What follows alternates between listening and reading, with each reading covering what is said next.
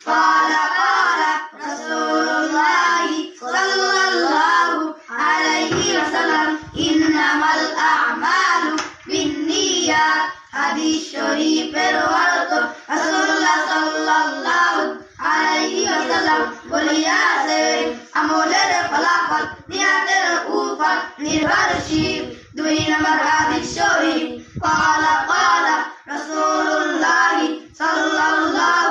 عليه وسلم طلب العلم فريضة على كل مسلم হাদিস শরীফের অর্থ রাসূলুল্লাহ সাল্লাল্লাহু আলাইহি ওয়াসাল্লাম বলিয়াছেন প্রত্যেক মুসলমানের হাদিস শরীফ قال قال رسول الله